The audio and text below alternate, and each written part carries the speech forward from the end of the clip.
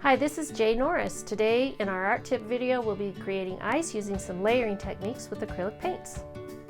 So to show you this technique, I've created a painting that has some mountains in the background, and this is going to be some lake. I'm just using canvas paper. It's taped down.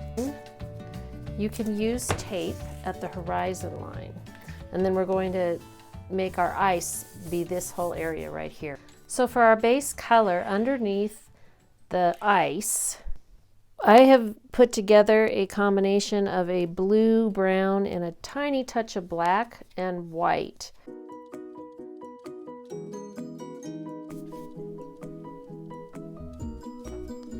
Fill all of that in.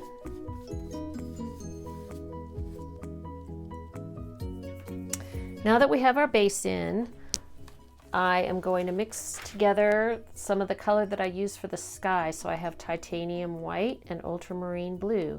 I'm going to mix that together, and then before we put the paint on, we are going to use some cling wrap to get some texture. So you want to have your cling wrap ready. What you need to do is just pull off about 2 or 3 pieces of cling wrap and fold them up. So they're kind of long but crinkled like that, and just have them sitting on the side waiting. Then you take your blue and white mixture, which is essentially the color of the sky up here. You paint it on top of the dark, and you have to work really fast on this, okay? You can see why I put the tape.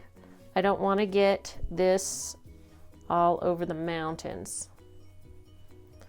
So I'm just going to put this on. I want to keep it wet. It's fairly thick, but it's also, I keep adding water to it to keep it wet long enough to finish this technique.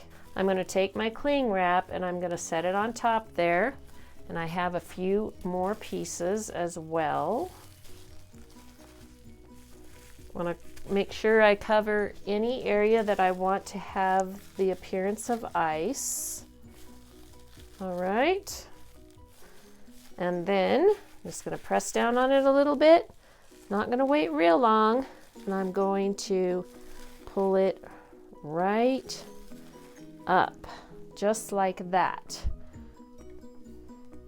All right, so now it's dried, and we're going to remove this tape that we used for the horizon line to protect the mountains. There we go. Now if I want it to look just a little bit more realistic, I can take a thin flat brush here and dip it in some of that darker color and just put a few horizontal streaks in the background there, and I can do that in a few different places.